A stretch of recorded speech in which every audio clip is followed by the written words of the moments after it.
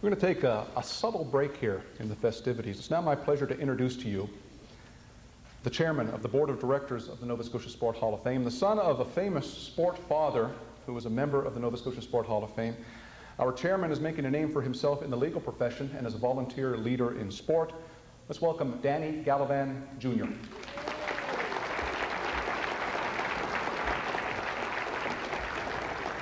Absolutely. On behalf of the Board of Directors of the Nova Scotia Sport Hall of Fame, it's my pleasure to welcome you to this, our 20th induction ceremony. Over the years, 3 people have played an intricate role in the organization and presentation of induction ceremonies. Last year, we recognized the dedication of Joel Jacobson for acting as general chairman of this event. Tonight, we honor inductee Pat Connolly, who has hosted induction nights for his contribution as a builder to sport in Nova Scotia. And as we conclude our first 20 years of induction, we thought it only fitting to pay tribute to the 3rd member of this team, Dr. Alexander Sandy Young.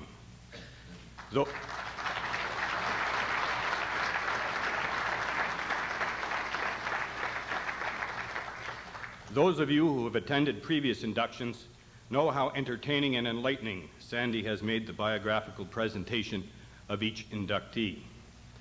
More than 30 years ago, Sandy, the sport historian of our province, came to Nova Scotia from the United States to teach at Dalhousie. He quickly realized that there were Nova Scotians who had gained well-deserved recognition internationally, but not locally. He discovered that Nova Scotians knew the Babe Ruths and Joe Lewises of this world, but did not know their own Sam Langfords, George Dixons, or Buddy Condys. He delved into Nova Scotia's sport history with a passion. He researched and wrote a double volume of Nova Scotia sport history entitled Beyond Heroes. He spoke at great length and breadth to whomever would stand before his soapbox about the joy of celebrating excellence, particularly the excellence and stardom of our own sport heroes. And he educated thousands of us about athletes like Nancy Garapic, Johnny Miles, Eileen Marr, Lee Miller, and Chris Hooks, who have made their mark in national and international competition. And about builders like Frank Baldwin, George Kehoe, the Longard sisters, the Kaplan brothers, Bob Douglas, and Dorothy Walker, whose efforts have enabled Nova Scotian children, teens, and adults to reach athletic pinnacles that may otherwise have been unattainable. Sandy, we want to thank you for the major contribution you have made to Nova Scotia's sport history through your love and dedication for sport and your adopted province. It's our pleasure to announce that we have taken the covers of your 2 books, along with your picture and quotes from Pat Connolly's introduction, and have framed them for permanent display in the Nova Scotia Sport Hall of Fame.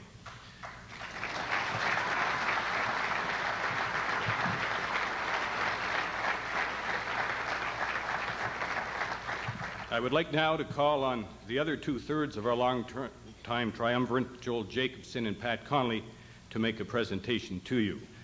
Sandy, thank you very much from all Nova Scotians for what you have done for sport history in this province.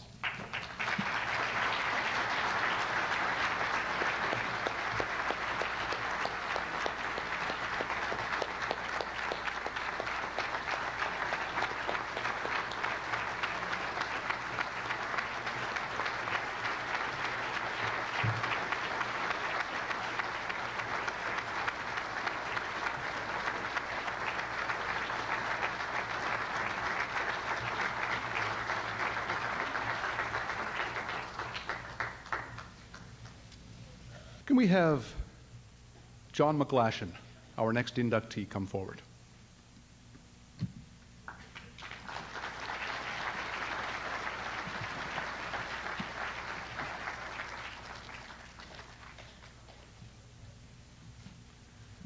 Hello. I'm great. Have a seat. Thank you. Yeah. Don Mickey Mcglashan. Sport has been a major part of his life. As a high schooler, he played junior baseball and hockey and basketball for Dartmouth High and won the high school tennis championship in 1938. But it is for his accomplishments in sports administration that Dartmouth-born Don Mcglashan is being recognized tonight. He had various careers before settling into sport management. He served actively with the Royal Canadian Navy during World War II. Following discharge, he was an accountant and a newspaper reporter, but rejoined the Navy in 1953. 10 years later, he became a commissioned officer and was the accountant pay officer at Shearwater Naval Air Base upon retirement in 1966. Meantime, he got involved. By the late 1950s, he wanted his children to be involved in an active lifestyle. As a former paddler himself, John recognized the benefits of paddling as a recreational, competitive, and social activity. The three kids joined the Nook Canoe Club, and it was only natural that the old man would also become involved. John joined the paddling committee, became paddling chairman, where he says, quote, "I could be close to them without interfering in their activity." He became flag officer of the Atlantic Division of the Canadian Canoe Association, chairman of Natal Day Regattas, and he puts it, held every day and every and all positions in the sport. But that wasn't John Mcglashan's first sport administrative connection. From 1949 to 1954, he was manager of the Nova Scotia Canadian Football League, playing a role in establishing Canadian football in Nova Scotia. From 1957 to 61, he was president of the Maritime Canadian Football Union and played a major role in founding the Atlantic Bowl game. He recalls many Saturdays in late November when he and legendary St. FX University football coach Don Loney, an honored member of this hall, would take broom and shovel to clear snow from the football lines. By 1972, the retired naval officer was seeking more challenges. His paddling background as a competitor and administrator led him to the position of development coordinator for the Atlantic Division Canadian Canoe Association. Working out of Sport Nova Scotia's offices for the next 18 years, John played a role in establishing Sonobe Aquatic Club, Abenaki Aquatic Club, Chima Aquatic Club, Masqua Aquatic Club, Orenda Canoe Club, Beaver Canoe Club, Milo Aquatic Club, Marion Bridge Canoe Club, Kennebecasis Canoe Club, and this involved youngsters from Yarmouth to Cape Breton and St. John, New Brunswick. Canoe clubs, he says today, are a great asset to the community, providing a wonderful environment for young people. It's hard to estimate what these clubs have meant to the health and character of the communities in which they exist.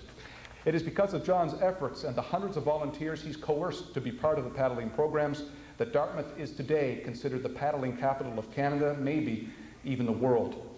In 1970, Mcglashan founded, organized, and became the first president of the Society for Canoe Championships, on the board of which he continues to serve as a director.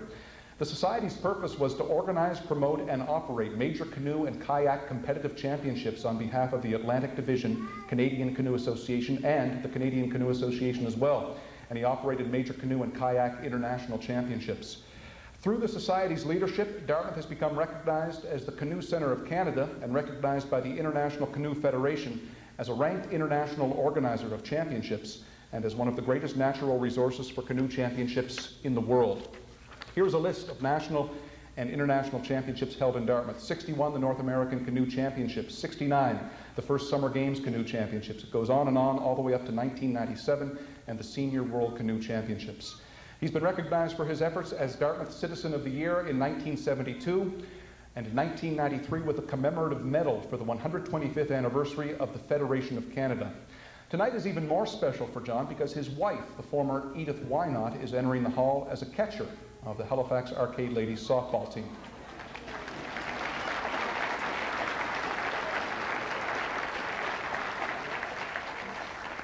The athletic genes John and Edith gave their children, Archie, Bob, and Jane, are surely evident. Edith's brother, Roger Wynot, was a Canadian professional middleweight boxing champion, and John's older brother, Bill, was a high-scoring center with the Halifax Wolverines, who won the prestigious Allen Cup in 1936. Their son, Bob Mickey Mcglashan, was Maritime Senior Single Canoe Championship from 1960 to 1964, and he won the North American Single Canoe Championship in 1964. Son John Archie Mcglashan is the senior coach in the Atlantic Division CCA and winner of countless medals, especially in war canoe racing. Daughter Jane Mcglashan stroked Senior Ladies War Canoes National Championship gold and was a Nova Scotia champion springboard diver. And John looks back and reflects that one of his greatest joys is to visit Lake Bannock and see the hundreds of kids on the water. Many of our paddlers, he says, have gone on to national and world championships and never fail to bring home a medal. To John Mcglashan, the paddling world says thank you. The Canadian Football League and the Canadian football world tips its cap to you. Your dedication has meant opportunities to play for hundreds of athletes, a chance to offer volunteer service for hundreds of men and women, and a place on the world map for your beloved hometown of Dartmouth. Ladies and gentlemen, John Mcglashan.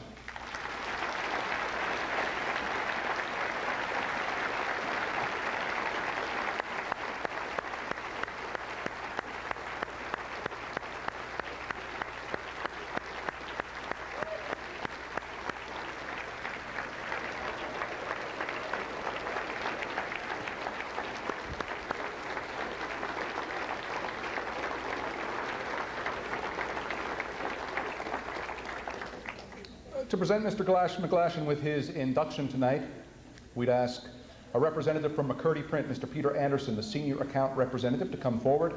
And the Hall of Fame presenter is Skip Ferguson, star baseball player in the Halifax and District League in the 1940s. He was inducted into the Hall of Fame in 1980. Can you please come forward?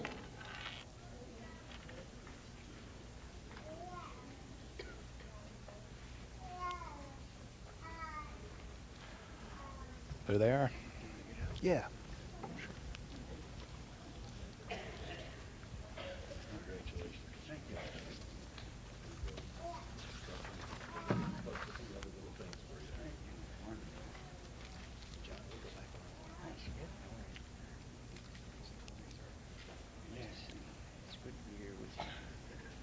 Ladies and gentlemen, now a member of the Nova Scotia Sport Hall of Fame, Mr. Don Mcglashan. Let's put those down here, and we'll just have a chat for a second. John, as we mentioned all through your bio, Dartmouth and Nova Scotia are now huge powers in the paddling world. As a guy who played a part in that, how does that make you feel? Oh, it's wonderful. We are the canoe center of Canada, and the international bodies just love to come to Dartmouth, and they know we can run a good championship. What would you give as advice to people who are entering sports administration, because you obviously have been so successful? Skin like an alligator, no feelings.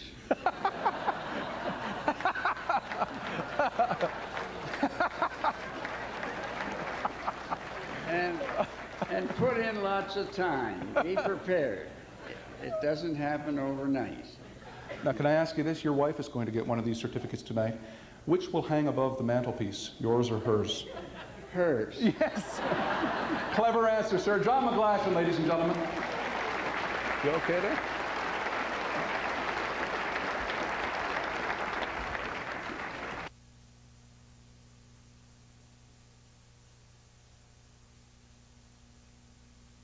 He dropped his, your pen. You're having me up for another. No.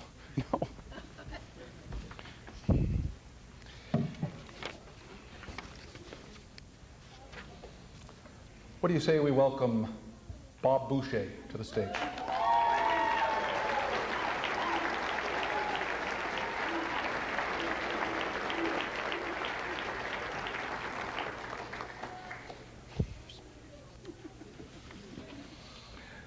To use the words of an old Hank Snow favorite, Bob Boucher has been everywhere, man. That's right, including there. He was an assistant coach in the National Hockey League and coached in the minor pros. He established dynasties with university and senior clubs. He directed teams in Major Junior and Tier 2 Junior. He coached in Europe. He coached so many games over 35 years, he cannot confirm how many. He did it with a love for the game he played as a teenager, a game that somewhat turned its back on him when he was struck in an eye and lost his sight, and with it the hope of being a National Hockey League player. He came from a rich hockey heritage. He is the son of Bill Boucher, who scored the first goal in the Montreal Forum, the nephew of Frank Boucher, who played with the Ottawa Senators and New York Rangers. With players' assets of scoring ability, hockey smarts, and intelligence, Bob played junior hockey for Toronto St. Mike's and Montreal Junior Canadiens, starring with the latter in 1957 in a Memorial Cup championship year with Henri Richard as a teammate. Despite the eye injury, Boucher played senior and semi-pro hockey in Europe and North America, but a call from Bob Hayes lured him to St. Mary's University.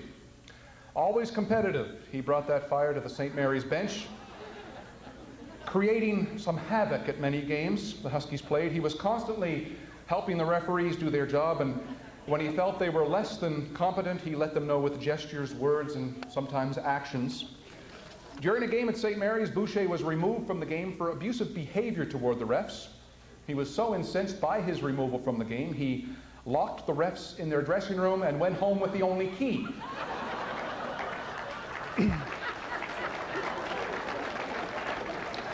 Of course, the door was solid steel. It couldn't be opened, so Bob Hayes called Boucher at home to come in with the keys. Boucher told Mr. Hayes where he could put the keys and the refs, and the door was opened by an axe.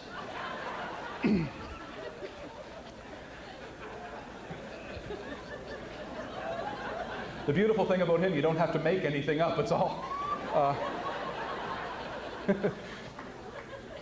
Two of the busiest referees of Boucher's early years at St. Mary's were Ray and Herb Jollymore. Remember those boys? Yeah. He was often heard to say, Boucher, that he never met a Jollymore he liked. When he moved to the National Hockey League with the Philadelphia Flyers in the early 1980s, the one negative aspect was the tremendous economic downturn in New Glasgow and Amherst. The reason being, both leading bootleggers of the day were forced out of business because the SMU hockey team no longer stopped on its way to games in the north. Try to figure out who's beating you. Yeah, exactly, yeah. We got researchers, brother. All right. Despite his reputation, Boucher was around the SMU bench long enough to amass 231 wins and only 33 losses and 4 ties, twice to be named CIAU Coach of the Year. And he served as Vice President of the Canadian University Hockey Coaches Association. He was also twice assistant coach of Canada's World University Games team. Bob Hayes recalls his days as athletic director and fighting fires for Boucher. This is all in quotes, this next part. With faculty advisor, the late Father J.J. Hennessy, we often acted as defense counsel for Coach Boucher. The disciplinary committee of the AUAA found in favor of the accused on minor charges such as failure to communicate properly, excessive use of adjectives and adverbs, and distortion of the freedom of speech clause. Because of Father Hennessy's charm, Boucher's normal penalties were letters of reprimand. However, on some occasions he received game suspension. One of these was a result of a brouhaha that occurred in Newfoundland against Memorial University. Boucher was networking with the on-ice officials about a multiple penalty call and claimed vigorously that one player was spearing, and that provoked the incident. The referee disagreed, asked Coach Boucher to leave the game.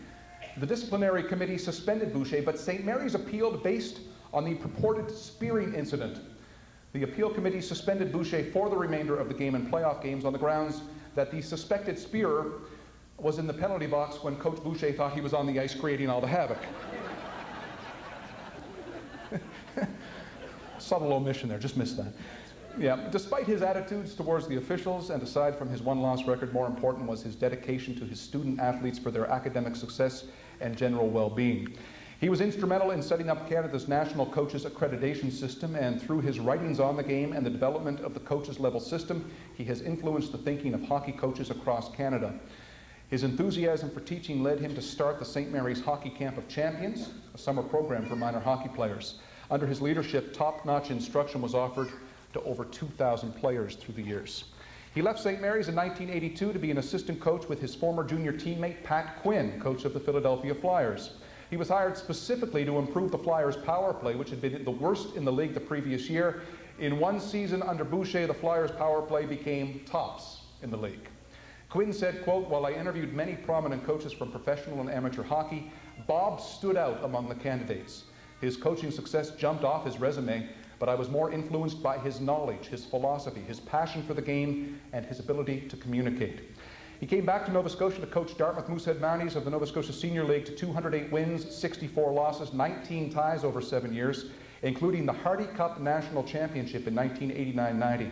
He also coached with the Nova Scotia Oilers of the American Hockey League and with teams in the Maritime Junior A Hockey League. Ladies and gentlemen, Bob Boucher's St. Mary's team has won 9 successive AUAA titles and appeared in 5 consecutive CIAU finals between 1969 and 1973. And through his hockey travels and the long hours devoted to his teams, Boucher has been a devoted husband to the former Ann O'Neill, a former figure skating professional who now teaches handicapped kids in the school system. He has been a loving father to son Robbie, a member of the St. Mary's soccer team, and daughters Tricia, now married, and Carrie, still in school. And through the years, it seemed there were 2 Bob Bouchers, the one who was fiery and controversial and often ended up in at least warm water, and the one who was kindly and caring, who loves this game of hockey passionately. This is a true hockey builder, ladies and gentlemen, Mr. Bob Boucher.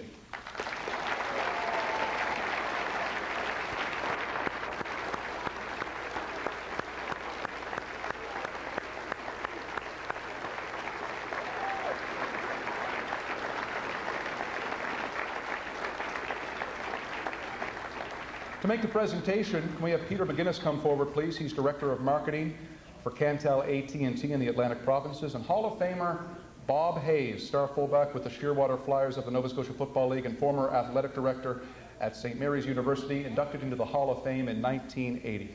Can you both come forward?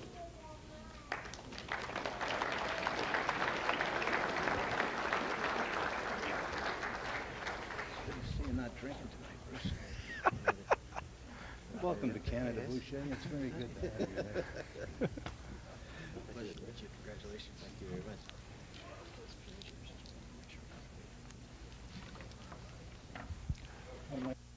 And now a member of the Nova Scotia Sport Hall of Fame, Mr. Bob Boucher.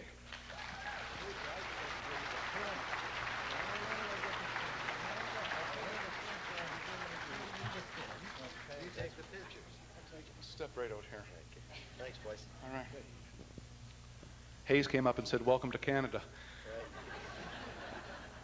Right. Actually, Hayes did rescue me from Upper Canada, and it's sort of like I'm from Ottawa.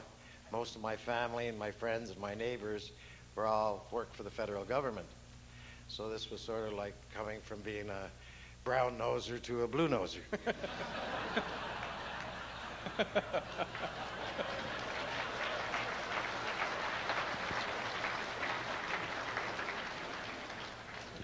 I'm going to be like Jim Gray here. You can be Pete Rose, all right?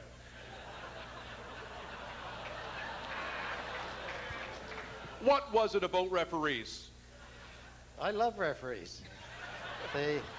Actually, if you get a good official, they're the absolute most important thing in any sport. There's never been any, but if you ever got one, it would be fantastic. We just heard about a number of career highlights. Did we miss anything? Anything stand out? Any stories you'd like to tell tonight? Not really. That's a dangerous question. Good. All right. No, I got my family here. But really, you see, I'm a come from away, as you know, and a lot of come from aways I've seen look down their nose at Nova Scotians until a couple of years later when they're begging to be able to stay. Well, I didn't have that problem. I wanted to stay right away because the great Bob Hayes introduced me to all the cultural and heritage type of places in Nova Scotia. You know. And what were these places? Well, Bomber Forbes Shipbuilders Union Hall was big on the list. The Lighthouse Tavern, Right, Midtown, the Derby, you know. I know I'm missing a few. Yeah. Would you care to comment tonight on the state of today's hockey? Do you have any thoughts? No. Okay. Ladies and gentlemen, Bob Boucher.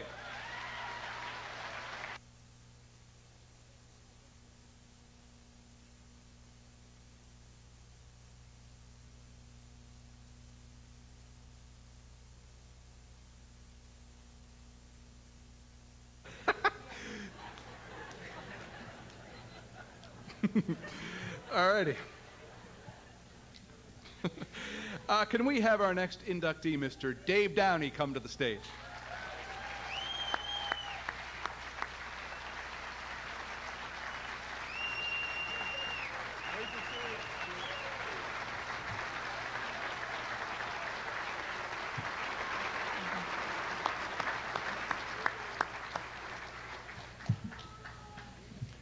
And here we go. We're looking right here at a two-time Canadian middleweight boxing champion, ladies and gentlemen.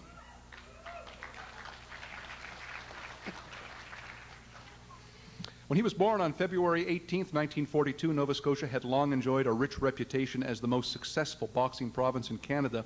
Names like George Dixon and Sam Langford were familiar to many Blue Nosers as black role models. Because of the huge number of American literary effects, books, magazines, etc., there were still a number of Nova Scotian kids who did not know as much about their heritage as they might have. And some of you may have heard Sandy Young tell the story about how 20 years ago he stopped a little black kid on Gottingen Street and asked him if he knew who George Dixon was, and his response was all too typical. He said George Dixon wasn't a who, it was a what. It was the playground up the street. Much has changed since then, thank goodness, and one of the major reasons Nova Scotians are much more aware of their local boxing has to do with the continued success over many years of a Halifax family called the Downeys. Young David had plenty of, absolutely, yeah, let it go.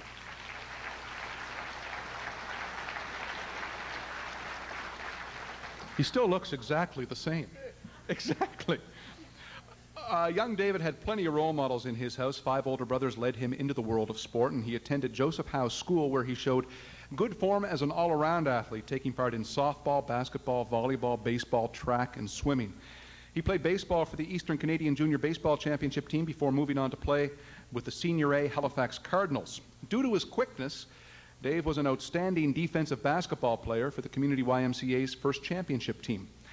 As a youngster, Dave dreamed of a career in professional hockey, but realizing that he wasn't a good skater, he turned in other athletic directions. And he was certainly influenced by the fact that 5 of his older brothers boxed. Don, Billy, and Bobby were professionals, and David's early training came in the many neighborhood street fights that forced him to learn to defend himself. His formal training began at 15 when he joined the Rock and Roll Club on Creighton Street in Halifax. An important turning point in his life came when he met Murray Langford, a descendant of the legendary Sam Langford, who would later become his manager. If you don't know, Sam Langford was then still listed by the editor of Ring magazine as 7th best heavyweight boxer in history, despite the fact that he had never even fought for the world championship, from Weymouth Falls, Nova Scotia. Murray Langford was very impressed with Dave's natural style. He once remarked that the way Dave worked the heavy bag reminded him of a musician playing music. His obvious talent as a boxer-puncher scared many potential opponents away. His first professional fight came, believe it or not, as a 15-year-old in 1957 at the Halifax Forum, where Dave knocked out Kenny Chin in 2 rounds. Downey won 2 more recorded fights, then suffered his first setback, a 2-round knockout loss to Claude Labonte in Montreal. Dave rebounded from that setback to win 5 in a row, including 4 by knockout. He once ventured to New York, where he did extremely well in sparring sessions against the likes of Dick Tiger, a Nigerian who later won world titles in the middleweight and light heavyweight divisions. In 1967, the Canadian Boxing Federation sanctioned a title bout between Downey and Jimmy Mueller, a rugged scrapper from Windsor, Ontario. The judges awarded Downey a lopsided unanimous decision, and he was presented with the championship belt. He retained the Canadian title all through the rest of the decade, but was unable to lure any world-class contenders into the ring. On December 18, 1970, a determined Dave Downey decisioned Gary Broughton from Brantford, Ontario, to regain his crown. He remained champion over the next 5 years. Dave Downey was finally dethroned by fellow Nova Scotian Lawrence Hafey of Stellarton by decision in 1975. In appreciation of the champion's loyalty to his hometown, Halifax held a Dave Downey Day on November 18, 1972, where Dave received tributes from Halifax Mayor Walter Fitzgerald, Dartmouth Mayor Rolly Thornhill, Premier Gerald Regan, and a growing legion of fans.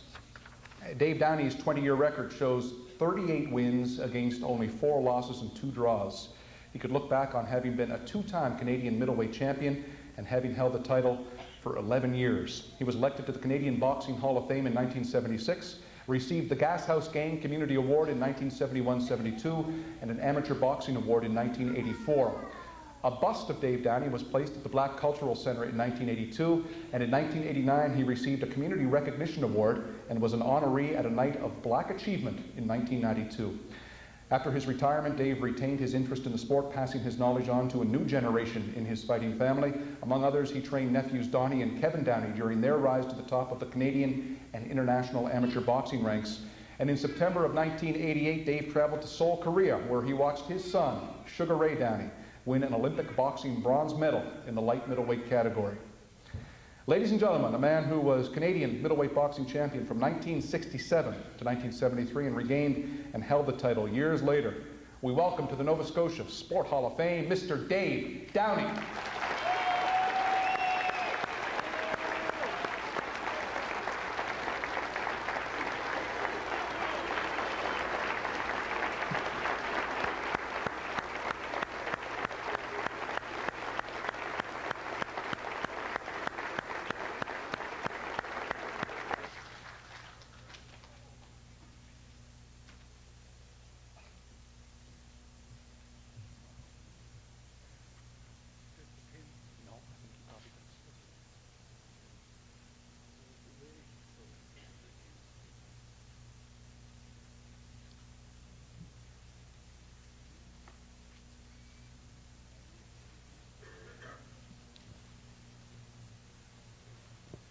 Our newest member of the Nova Scotia Sport Hall of Fame, Dave Downey.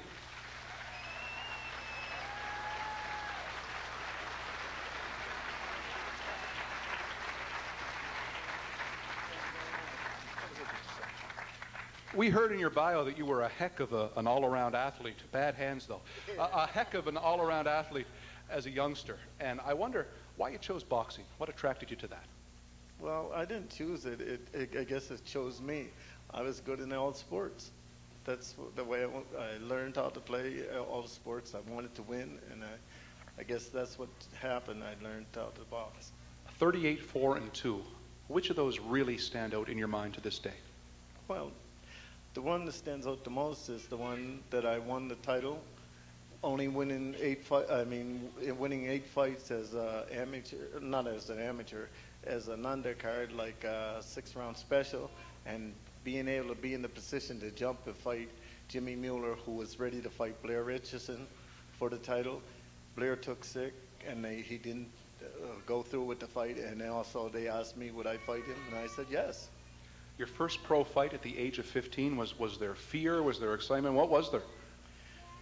No, there was no fear because I'm used to getting spiked playing baseball and that. And I said, so it was no fear. And plus, learning the box around the street, carrying on.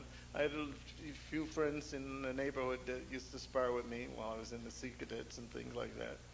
What about your trip to Seoul, Korea in 1988? How fun was that to watch? That was a very fun trip for me, but I was a little scared in Seoul because of the way things were there, seeing the people there walking around with machine guns, holding them up and everything, and I'm saying, what am I doing across here in another country? And going there to see my son, this is what I wanted to see, if he could only win one fight, something that I never did, which I would have loved to have fought for the Olympics. But I was already a Canadian champ, and I said I had to go for the support of my son. It must have made you realize that Nova Scotia is a pretty special place. And Nova Scotia is a special place. This is my home. This is where I stayed. Everybody says to me, why didn't you venture and stay in the States? I had the pleasure of having 5 world champion trainers train me, and like I said, the rest is history. Are we glad he stayed? Dave Downey.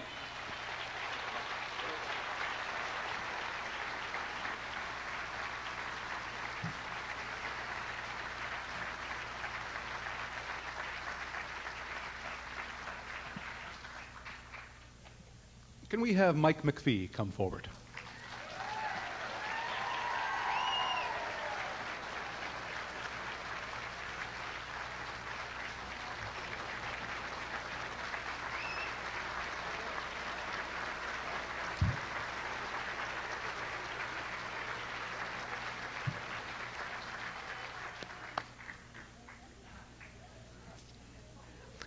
Mike Mcphee, ladies and gentlemen, is originally from River Bourgeois, Cape Breton. Mike, is the whole town here? Is everybody here? I think they did the wave right there, didn't they? That was... All right. Thank you. He has a nickname, Big River. That's one of his nicknames because of where he's from. His other nickname, Big Mac, came when his 6'2", 205-pound muscular frame collided with opponents. From the time he played outstanding junior hockey, he was known as taciturn and serious. All through his career, reporters learned that he was not the source of flamboyant news stories. In truth, he never seemed to take himself too seriously. He figured hockey was a game and should be treated as such. As a junior, he never expected to reach the NHL, even though he had a blazing wrist shot and great puck handling skills to go along with his size and great defensive abilities. Everybody else, it seemed, knew him as one of Nova Scotia's best ever. Early on, he was, quote, most concerned about getting an education, and he did very well in school. In grades 10, 11, and 12, he was at the top of his class. He always wanted to be an engineer, and with this... Shortly after arriving at the Montreal tryout camp, he broke his thumb crashing into the boards. He was sent down at this point to play with the Nova Scotia Voyageurs.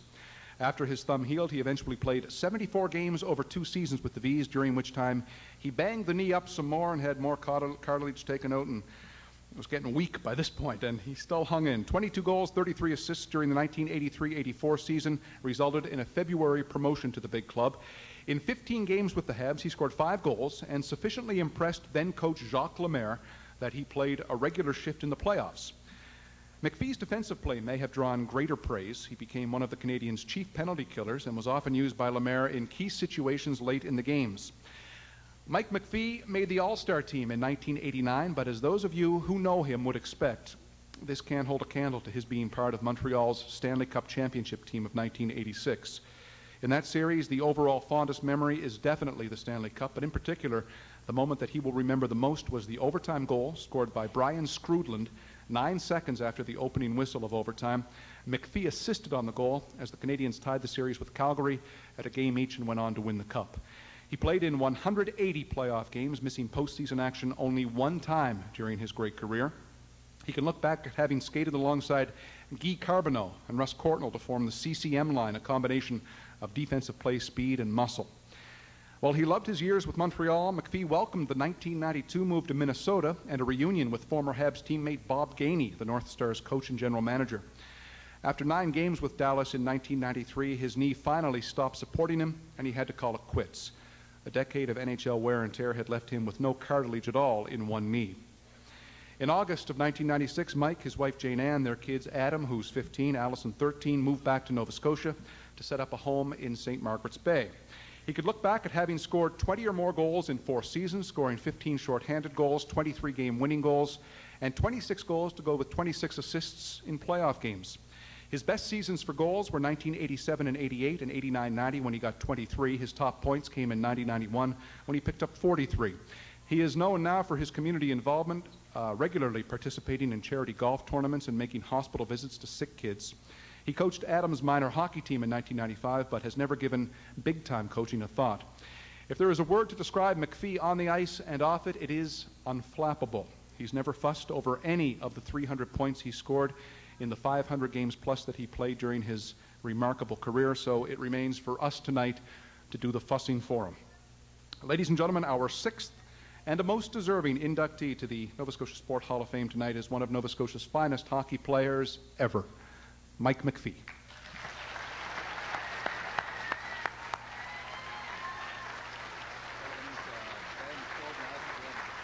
I'll correct that.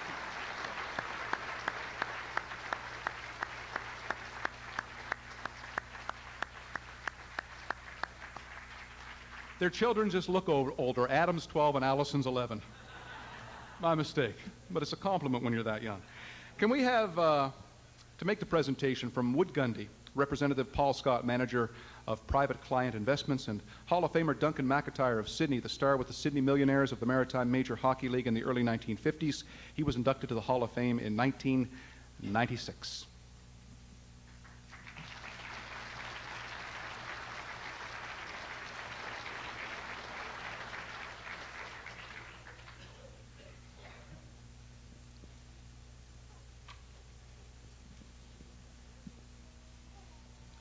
Our newest inductee to the Nova Scotia Sport Hall of Fame is Mike Mcphee from River Bourgeois.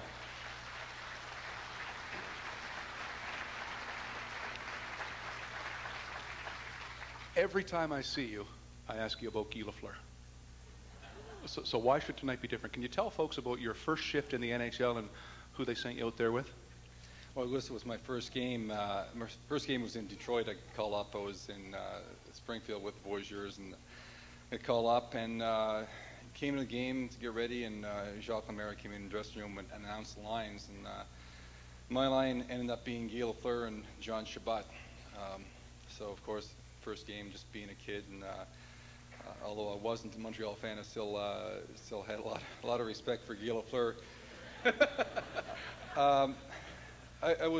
I must have been shaken a bit because Guy came over and said to me, he said, "Listen, Mike, you got here, you're here for a reason, just go out and play your game," and that sort of calmed me down a little bit. Did you tell him that night that you liked Boston? Not that night, no. Later on, when I got to know him. What is it like for a kid from River Bourgeois to have a Stanley Cup ring and all of those memories? Well, I guess when you're involved in the NHL and you're playing the games, and it becomes part of your life. But I think tonight and after my career, you get a chance to look back, and there's no question I feel very proud of my career and the fact that I played for 11 seasons. I think especially with the talent that I had to have lasted that long. So it was a dream. 1986 was the summer of 1986 was a blur. It was a lot of fun. Did the Cup come home to Nova Scotia that summer? No, I think they started in 1990. Okay. What about this now? You look back on this, and I remember we talked when you came back to Nova Scotia, and you told me a few years back there was never any hesitation at all for you to bring your family back home. You love this province. There's no question. You know, obviously my parents and Jane Ann's parents are from Cape Breton, and that was one of the big drawing cards. And the other was that we came back. We had a cottage outside of Halifax, and for 13 years we came back to Halifax, and just loved Nova Scotia. And we got a chance to see other cities, and you know, in my tour in the NHL, and ended up in Dallas, of course, and. There's no way Dallas doesn't compare to Halifax and Nova Scotia. The greatest thing about this guy is that he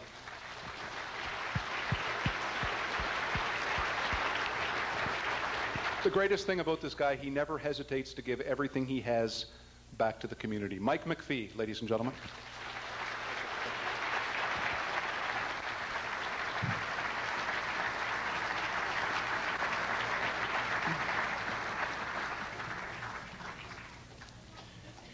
Can we have Mike Henderson come forward?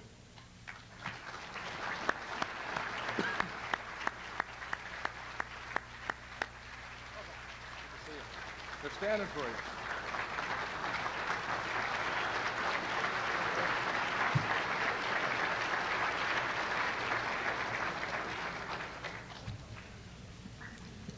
Welcome. Thank you. Great to see you. Mike Henderson showed his softball talent early, helping his high school team win the 1972 Nova Scotia Open High School Championship, then playing for the team which won the 1973 Maritime Junior Championship.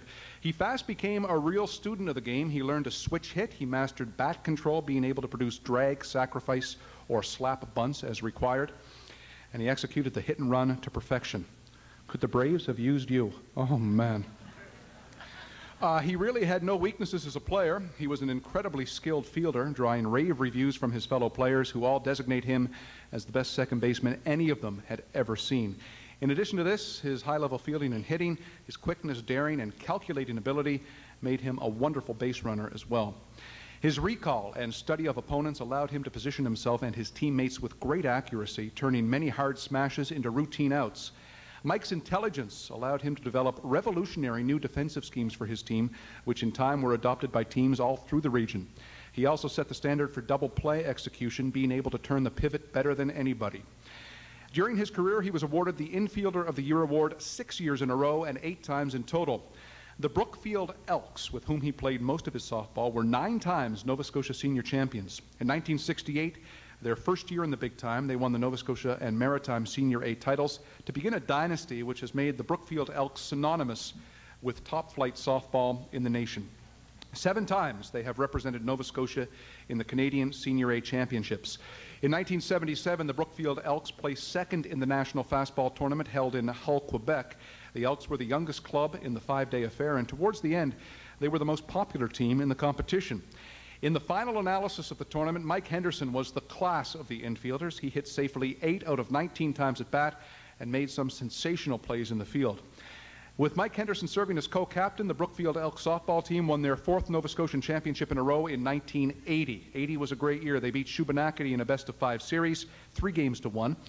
They were once more on their way to representing Nova Scotia in the Canadian Championships. Both the Elks and the Dartmouth Dairy Queen teams had won silver medals, but no team east of Ontario had ever won the national title. They left dreaming of gold medals. The best 13 teams in Canada were waiting for them. In Saskatoon, all of them had the same dream. The Elks ended the first round in a 6-team tie for first place with a 3-1 record, having lost only to Ontario 2-1 in extra innings.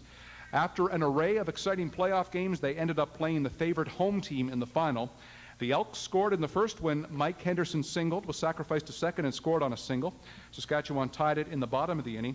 It looked like it was going to be a wide-open game. When the Elks scored 2 more in the second, Mike Worsley smashed an RBI single after a walk and a sacrifice.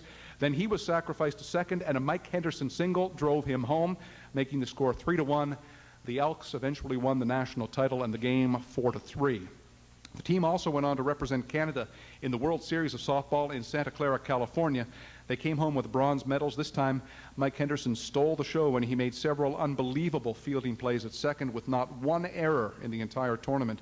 He managed to lead the Elk hitters as well with an average of .381. They were met as heroes at the airport. Once again, the entire community of Brookfield was out tooting and singing. when they returned with their Canadian championship in tow. Hundreds of their supporters met them, put them on a wagon, and escorted them to their sportsplex. From miles away, those who stayed home to prepare for the celebration could hear horns blaring and hundreds of people singing, "We're number one," which indeed they were. And why wouldn't these people be out to celebrate their Elks' accomplishment? After all, it was only 2 o'clock in the morning at the time. Dedicated fans, Mike. Mike Henderson was also a member of the Elks silver medal team in 1977 and a 2-time bronze medal winner in 1978 and 1986. During this period, as you might imagine, Henderson was recruited to play for teams all over the world, but his loyalty to his home team and his teammates came to the fore time and again as he turned down all the offers and stayed in Brookfield. Mike Henderson, ladies and gentlemen, was acclaimed All-Canadian second baseman on 3 different occasions, 1977, 78, and 84. He played for the national team in several postseason tournaments. In 1979, he helped Canada win the gold medal at the Pan Am Games in Puerto Rico. He was also picked up by other Nova Scotian teams to join them in the years the Elks did not win. One other note about Mike Henderson. He's a man who, in 1983, reluctantly turned down a chance to play with Canada's national team at the Pan Am Games because the dates conflicted with his wedding. He's a smart fella. Well, ladies and gentlemen, Mike Henderson.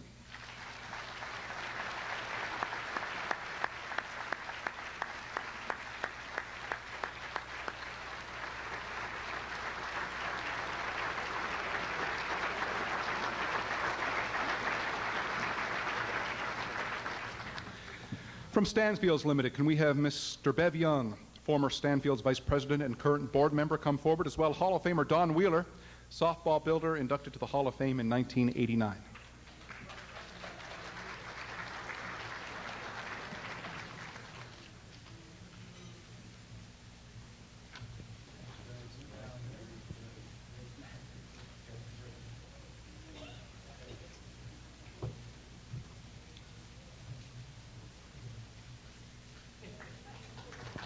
Mike Henderson, ladies and gentlemen.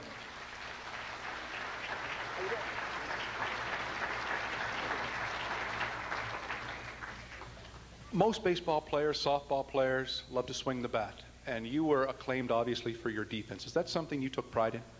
Yeah, I did. Maybe it was because I wasn't the best hitter going, so I figured I better make it up with a glove, but it was a little more sacrificing, perhaps. Everybody likes to hit. I liked it in the field. They said your techniques were revolutionary. What about them at the time were so new? It was a simpler time. There wasn't the advanced study put in, and there wasn't the attention to detail. We found with our crew, we had a bunch that was eager to learn and receptive to new ideas. Coach Terry Henderson was in the forefront of this as well, and we were a more than eager audience. We won some games we probably wouldn't have because of our execution. You still wear your championship ring very proudly. National championships just do something to you inside, don't they? Yeah, the year before, as you mentioned, I'd had the chance to play in the Pan Am Games, and we'd won that for Canada, and that was a special moment. But the next year in Saskatoon, nothing has topped that. Our own guys, almost all of us from home, as you mentioned, career and life choices I had made, all about staying in Brookfield. And those guys, a lot of them are here, they got me there. The teammates are here tonight, and their support obviously was big. Your thoughts on them and what they meant to you? Well, I was, as I said, very lucky.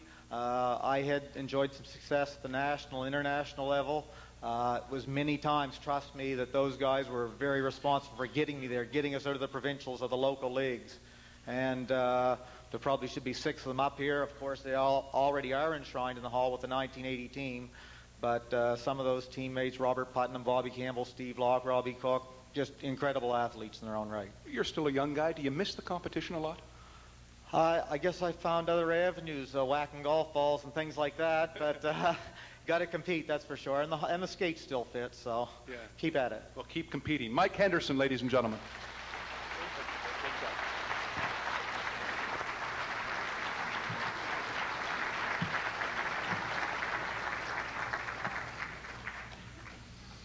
Can we have the always vocal Arcade Ladies Softball Team come to the podium?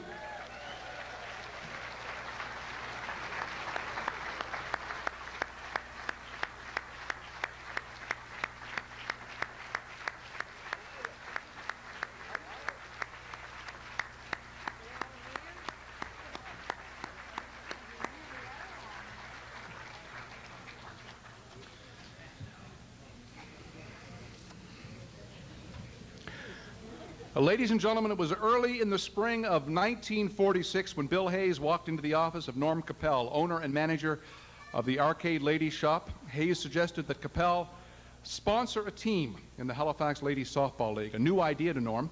The businessman agreed, told Hayes to go ahead and form his team. The rest is history. Hayes, a veteran of local softball, coached this aggregation of young women for 4 seasons, leading them to a record of 90 wins and only 8 losses. At one time, they had a 60-game winning streak, believed to be, according to the Halifax Mail in 1950, an unsurpassed Canadian record. Why wouldn't they win every game they could? Capel gave them incentive. For each home run a player hit, she would get a pair of nylon stockings.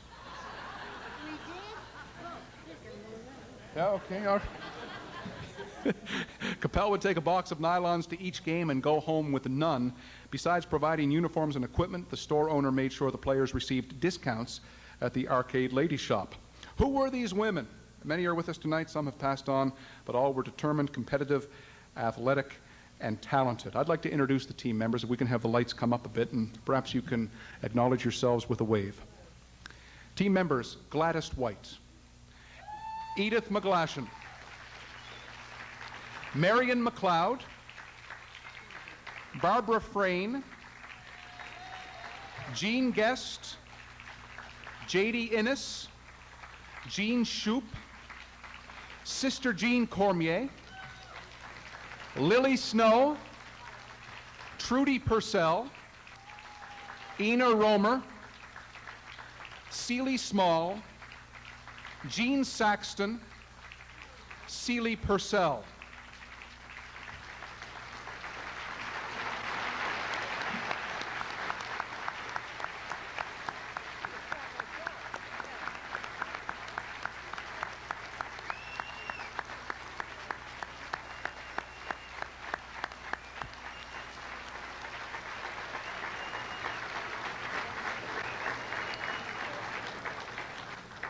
I'd like to also mention the deceased members of the team. Violet Hayes, I apologize, accepted by husband Doug Kellythorne. Hughes, wrong vowel, thank you very much.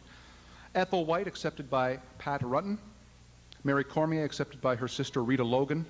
Audrey Burke, accepted by son Steve Betts. Bill Hayes, accepted by daughter Grace Hayes. And Joan Guest, who is just not feeling well at the moment. She's accepted by great niece Maureen Doucette. A hand for all of these players as well.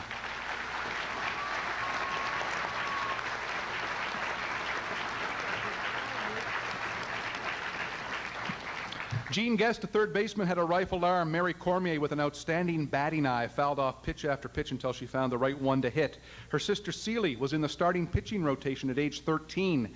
In a game against the Amherst Ramblers, Celie filled in left field. With a 1-run lead, she caught a ball and fired a strike to home plate to cut down the potential tying run. First baseman Babs Frayne was a good hitter, but we're told her running speed left something to be desired. It was a common cry from the bench when she hit the ball to get going or we'll kick your butt. Ethel White enjoyed herself so much playing for this group that she did a step dance around the first bag anytime she got on base. Gladys White, who was still involved in sport as a lawn bowler, ice skater, and swimmer, was a catcher with power. She was always the home run and RBI leader on the team.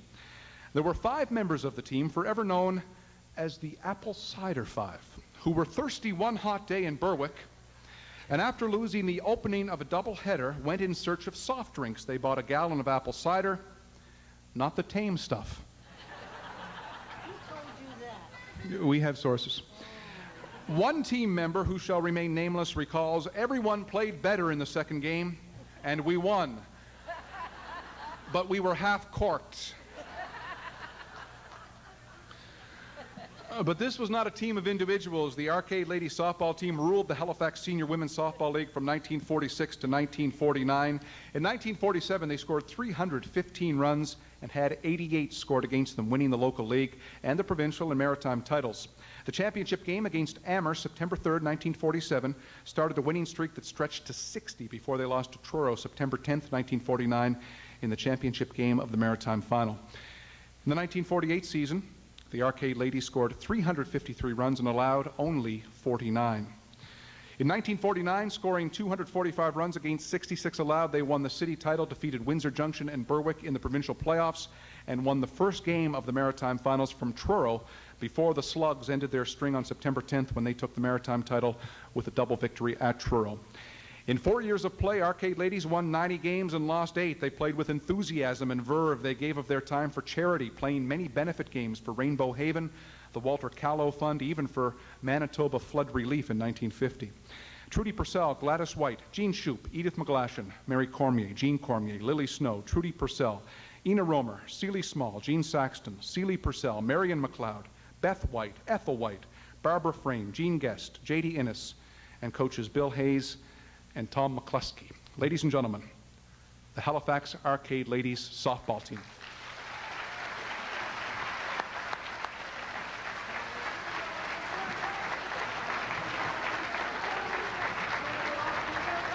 People say, why we own the road, why we own the road.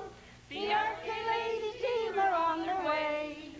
Hand me down my hat, hand me down my ball, hand me down my glove and bat, and give you game the ball.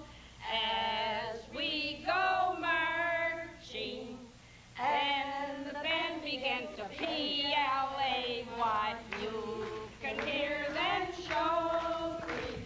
The Arcade Ladies team are on their way. Rah, rah!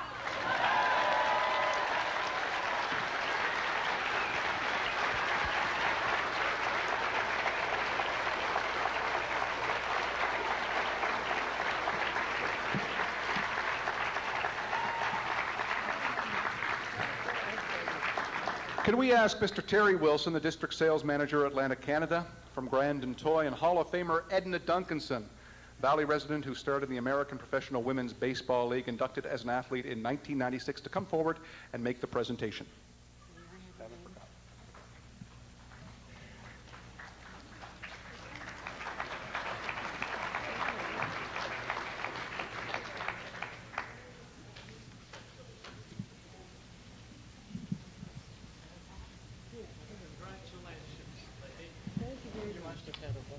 We most certainly did. I had a few years before, but you look younger than I do. Congratulations.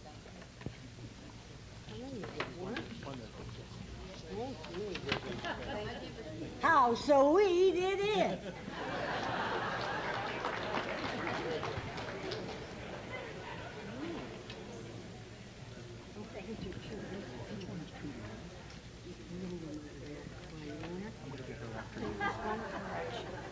Edith Mcglashan never